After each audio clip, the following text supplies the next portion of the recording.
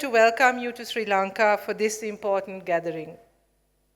And I hope your stay here and your interactions here will be productive, and that you will also get to experience the hospitality of my beautiful country.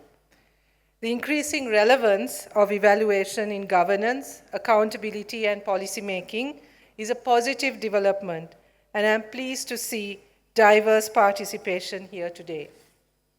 This conference brings together a wide range of actors: governments, the United Nations, parliamentarians, civil society, and young people.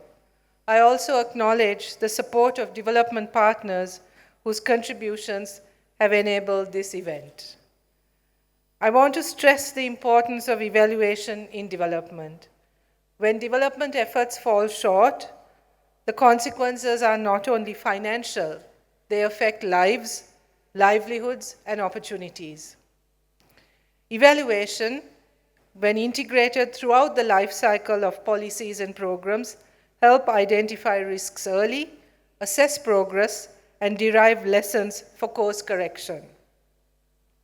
It strengthens delivery across sectors: education, health, economy, climate, humanitarian action, and supports better results for both people and the environment.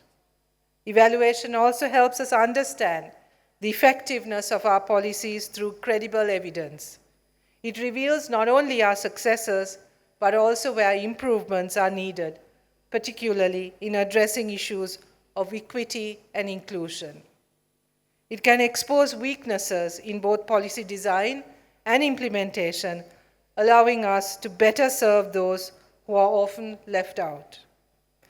To strengthen evaluation systems, therefore, we must build institutional capacities, ensure timely access to reliable data, and promote a governance culture that values evidence and continuous learning, something that is perhaps in short supply in the world today, and one that we really need to confront.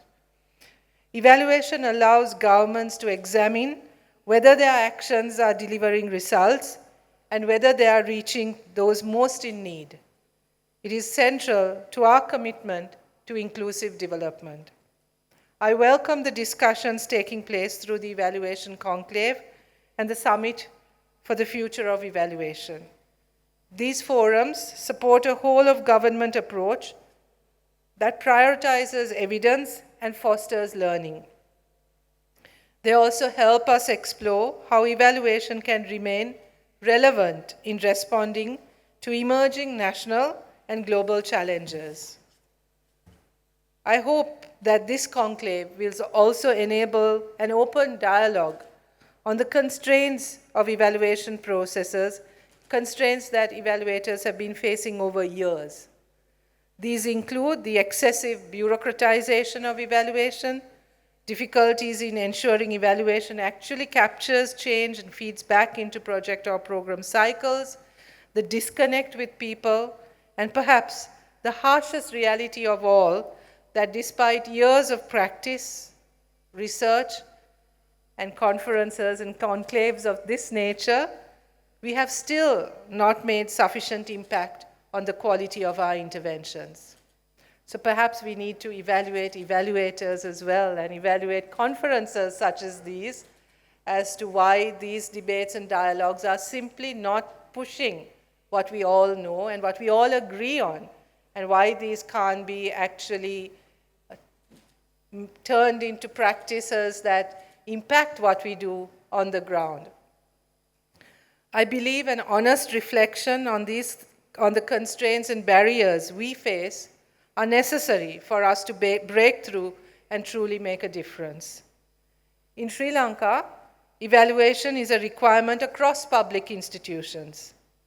This reflects our belief that public decisions must be guided by what we know, not just what we hope.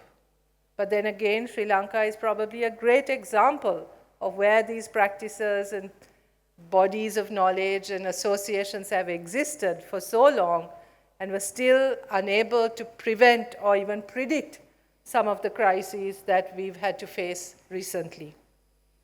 This event marks an important step in strengthening the link between those who generate knowledge and those in positions to act on it.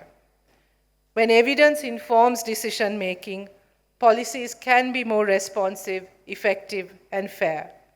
The presence of young and emerging evaluators is particularly encouraging. Their engagement ensures that evaluation remains dynamic, inclusive, and future-oriented. But don't count us all these also out. I think there's something we can still offer. So thank you for making us also part of the process. I wish you a productive and meaningful dialogue.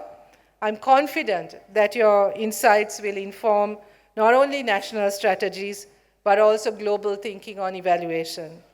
Thank you, and I hope you have a rewarding stay in Sri Lanka. செய்திகளை உடனுக்குடன் தெரிந்து கொள்ள உடனே subscribe பண்ணுங்க.